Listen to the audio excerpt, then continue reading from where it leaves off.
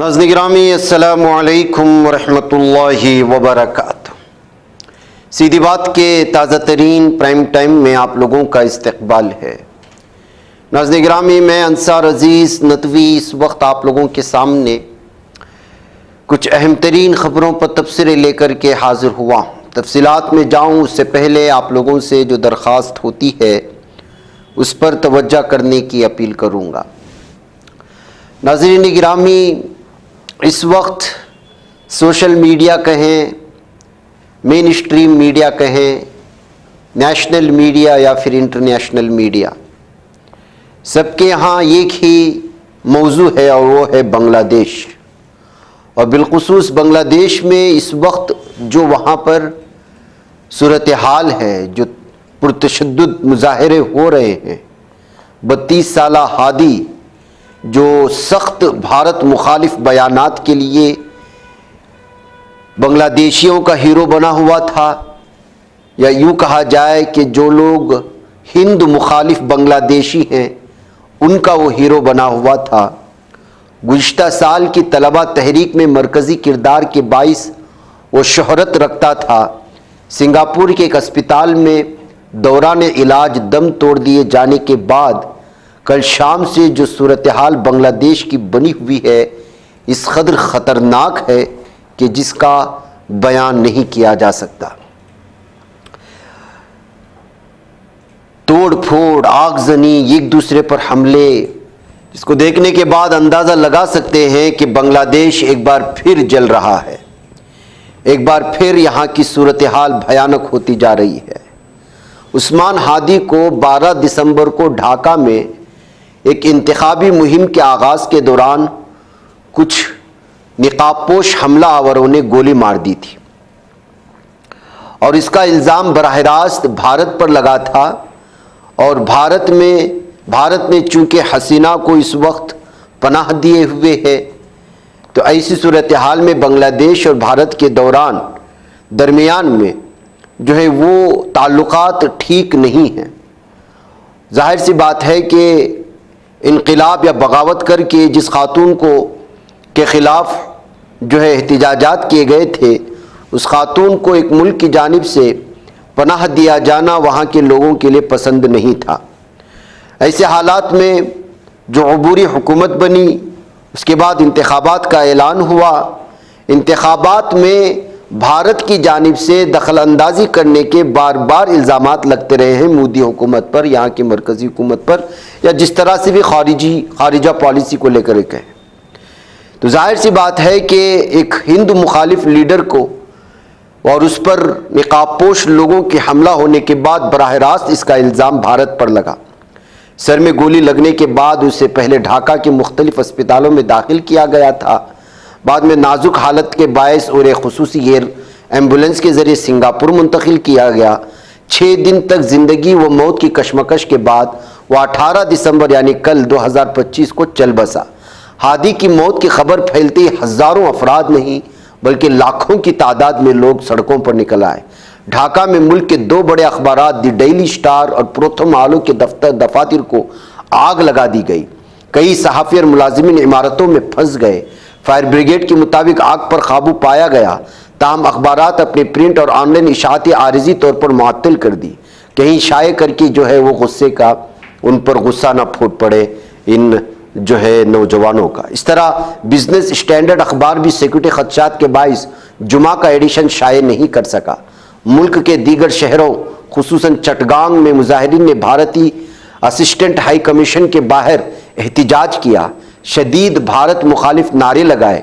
राजशाही में मुजाहिरीन ने बानी बांग्लादेश शेख मुजीबुर रहमान की रहाइशगाह और अवामी लीग के दफ्तर को नजर आतिश कर दिया। यह हंगामे ऐसे वक्त में हुए हैं जब साबिक वज़ीर आज़म शेख हसीना के भारत फरार होने के बाद दोनों ममालिक के ताल्लुकात में शदीद तनाव पाया जाता है। हिंदुस्तान ने ढाका में हिंदुस्तानी हाई कमीशन को दी जाने वाली धमकियों और बांग्लादेशी सियासी रहनुमाओं के इश्तियालंगेज़ बयानात पर बांग्लादेश के हाई कमिश्नर को तलब करके सख्त सिफारती एहतिजाज दर्ज कराया था। भारतीय हुकूमत ने उस्मान हादी पर हमले से मुताल्लिक़ अपने मुलव्वस होने के इल्ज़ामात को मुकम्मल तौर पर मुस्तरद करते हुए उन्हें इंतहा पसंद अनासिर की घड़ी हुई कहानी करार दिया है। इधर अबूरी हुकूमत के सरबराह और नोबल इनाम याफ्ता मोहम्मद यूनुस ने कौम से खिताब में उस्मान हादी की मौत को सियासी और जमहूरी अमल के ऐसे के लिए नाकाबिल तलाफी नुकसान करार दिया है। उन्होंने आवाम से तहम्मुल का मुजाहरा करने की अपील करते हुए खबरदार किया कि तशद्दुद आइंदा इंतखाबात को सुबोतास करने की साजिश हो सकता है। हुकूमत ने हफ्ते के रोज यौम शौक का भी ऐलान कर दिया। कौमी परचम सरनिगू रहेगा, मुल्क भर में खुसूसी दुआएं की जाएंगी। यूनुस ने यह भी ऐलान किया कि हुकूमत उस्मान हादी की अहलिया और उनके वाहिद बच्चे की किफालत की जिम्मेदारी लेगा। ढाका पुलिस ने हमलावरों की गिरफ्तारी के लिए मुल्कगीर तलाशी मुहिम शुरू कर दी है। 2 मुश्तबा अफराद की तस्वीर जारी की गई और गिरफ्तारी में मदद देने पर 50 लाख टका इनाम का ऐलान किया गया। सरहदी सिक्योरिटी भी हाई अलर्ट पर है। नाज़िर-ए-गिरामी, उस्मान हादी है कौन? शरीफ उस्मान हादी गुज़िश्ता बरस की जुलाई तलबा तहरीक के अहम रहनुमा थे, जिसने शेख हसीना के 15 साल इक़्तिदार का खातिमा कर दिया था। वो इनक़िलाब मंचा के तर्जुमान थे, जिसे बाद में अबूरी हुकूमत ने तहलील करके इंतखाबात में हिस्सा लेने से रोक दिया। ताहम हादी ढाका 8 से आज़ाद उम्मीदवार के तौर पर इंतखाबी मुहिम चला रहे थे। 1994 में ज़िला झालू काठी में पैदा होने वाले हादी पर इल्ज़ाम था कि वो ग्रेटर बांग्लादेश के नक्शे फैलाते रहे, जिनमें भारत के कुछ इलाके शामिल दिखाए गए थे। बिगड़ती हुई सूरत हाल के पेश नज़र भारतीय हाई कमीशन ढाका ने हिंदुस्तानी शहरियों को हिदायत जारी की है कि वो गैर ज़रूरी सफ़र से गुरेज करें और हंगामी सूरत में सिफारती मिशन से राबता करें। तो नाज़िर-ए-गिरामी, ये सूरत हाल है इस वक्त बांग्लादेश की। आप अंदाज़ा लगा सकते हैं कि एक शख्स के मरने के बाद बांग्लादेश में इस वक्त आग लगी हुई है। अलग अलग तरह की तशद्दुद की एहतिजाजात की तस्वीरें आ रही हैं। आप देख रहे हैं इस वक्त कितने वीडियोस हमारे स्क्रीन पर बदले। ये इस वक्त की सूरत हाल है बांग्लादेश की। नाज़िर-ए-गिरामी, कोई इलाका, कोई चीज़ नहीं बच रही है जहाँ पर तशद्दुद लगातार जारी है। अब देखना यह है कि हुकूमत किस तरह इस पर कंट्रोल कर पाती है। इसका असर भारत पर क्या कुछ होता है। क्या भारत अंदरूनी सतह पर क्या वाकई जो है वहाँ पर ये इंतखाबात को जो है दखलंदाजी करने की कोशिश कर रहा है, या फिर बांग्लादेश और भारत को लड़ाने के लिए पाकिस्तान कहीं अंदरूनी सतह पर साजिश तो नहीं कर रहा। ऐसे बहुत सारी चीज़ें सामने आती हैं नाज़िर-ए-गिरामी, जिसको लेकर के जाहिर सी बात है कि पहले बांग्लादेश पाकिस्तान से दूर था और भारत के करीब था। जब से हसीना के ख़िलाफ़ बगावत होकर की हुकूमत हुई है, पाकिस्तान और बांग्लादेश के साथ जो है क़ुर्बतें बढ़ी हैं, भारत के साथ दुश्मनियाँ बढ़ी हैं, दूरियाँ बढ़ी हैं। और उधर जो है पाकिस्तान से चाइना की क़ुर्बतें होने की वजह से चाइना ने बांग्लादेश के साथ जो है बहुत बड़ा इस वक्त तिजारती और दीगर मुआहदे कर रहा है। और भी बहुत सारी चीज़ें होने के वजह से ऐसा लगता है कि बहुत सारे पड़ोसी ममालिक से भारत अलग थलग पड़ रहा है। ऐसी सूरत हाल में मुमकिन है कि भारत के ख़िलाफ़ भी बड़ी बड़ी साजिशें हो सकती हैं और बांग्लादेश और हिंदुस्तान को लड़ाने के लिए पाकिस्तान की भी ये साजिशें हो सकती है। ऐसी बहुत सारी चीज़ें हैं जो इस वक्त मीडिया में और मुख्तलिफ़ तफसीरों में पढ़ने को मिल रहा है, लेकिन हकीकत यही है कि ये सब कहानियाँ हुक्मरानी को कायम करने की तरफ है, इख्तिदार का नशा है। नाज़िर-ए-गिरामी, कर्नाटक के दारकूमत बेंगलुरु में इंसानियत को एक झंझोड़ देने वाला वाक़या पेश आया है। सड़क पर दिल का दौरा पड़ने से एक शख्स की मौत हो जाती है, जबकि मदद के लिए उसकी बीवी की फरियाद को राहगीरों ने नज़रअंदाज कर दिया। ये वीडियो वायरल हो रही है। बनशंकरी इलाके की रिहायशी 34 साला वेंकट रमणन को 13 दिसंबर की अल सुबह 3:30 बजे सीने में शदीद दर्द उठा। तबीयत बिगड़ने और क़य आने के बाद वो अपनी बीवी के साथ बाइक पर करीबी खानगी हॉस्पिटल पहुंचा, मगर वहां डॉक्टर मौजूद नहीं थे। बादशाह एक दूसरे खानगी हॉस्पिटल में ECG टेस्ट के बाद हल्के दिल के दौरे की तस्दीक हुई। ताहम ना तो इब्तिदाई इलाज फराहम किया गया और ना ही एम्बुलेंस दी गई। डॉक्टरों ने फौरी तौर पर जयदेवा हॉस्पिटल जाने का मशवरा दिया। बीवी के साथ बाइक पर जाते हुए रास्ते में एक पुल के करीब वेंकट रमन को दोबारा शदीद सीने का दर्द हुआ, जिसके बायस वो बाइक से गिर पड़ा, सड़क पर बेहोश हो गया। उसकी बीवी ने राहगीरों और गाड़ी चलाने वालों से हाथ जोड़कर मदद की अपील करती रही, लेकिन किसी ने तवज्जो नहीं दी। बिलाखिर वेंकट रमन की सड़क पर ही दिल के दौरे से मौत हो गई है। ये वीडियो CCTV कैमरे में कहीं से कैद हो गई थी। इसके बाद से जो है किस तरह से जो है 5 साल बेटा 1.5 साल बेटी उसकी शामिल है और बीवी ने शोहर की आंखें अतिया कर दी। बेटी की मौत की खबर सुनकर वालिदा को भी दिल का दौरा पड़ा, ताहम बर वक्त इलाज से उसकी जान बच गई। 6 औलाद में आखिरी था, लेकिन रास्ते में इस तरह से नाज़-ए-गिरामी गुजरते हुए राहगीरों की जानिब से सपोर्ट ना करने की वजह से ये बड़ा इंसानियत सोज वाक़या था, जिसको लेकर के अलग अलग तबसरों के साथ शेयर किया जा रहा है। नाज़-ए-गिरामी, उत्तर प्रदेश के आगरा में लोगों ने ऑस्ट्रेलिया की सिडनी में दहशतगर्दाना हमले के खिलाफ एहतिजाज किया है। मुस्लिम कम्युनिटी का कहना था कि हमलावर कोई भी हो, मरने वाला इंसान होता है। मुसलमानों ने मुतालबा किया कि ऐसी बुज़दिलाना कार्रवाइयों के मुर्तकिब अफराद को ऐसी सख्त सज़ा दी जाए कि उनकी रूहें कांप उठे। नाज़-ए-गिरामी, उधर ऑस्ट्रेलिया की सिडनी के बॉन्डी बीच में पेश आए दहशतगर्दाना फायरिंग के वाक़े में अहमद अल अहमद, जो इस वक्त ऑस्ट्रेलिया के हीरो बने हुए हैं, दहशतगर्दों का बहादुरी से मुकाबला करते हुए कई कीमतें जाने से बचाने की वजह से कोगो फंडमी की जानिब से जो 25 लाख ऑस्ट्रेलियन डॉलर तकरीबन 14 करोड़ हिंदुस्तानी रुपए का चेक दिया गया है, जो दुनिया भर के 43,000 अतिया दहिंदगान से जमा किया गया था। चेक वसूल करने के बाद अहमद अल अहमद ने मीडिया से बात करते हुए खुशी का इजहार किया और कहा कि इंसानों को एक दूसरे का सहारा बनना चाहिए और जब किसी की जान खतरे में हो तो उसे बचाने के लिए पूरी कोशिश की जानी चाहिए। दहशतगर्दों का मुकाबला करते वक्त अहमद के हाथ पर कई गोलियां लगी थी, जिसके बायस वो शदीद जख्मी हुए। ऑस्ट्रेलियंस फॉर सीरिया एसोसिएशन की नुमाइंदा लबाबा के मुताबिक अहमद इस वक्त हॉस्पिटल में ज़ेर इलाज है। उनके इलाज के अखराजात के लिए फंड जो है जमा किया जा रहा है।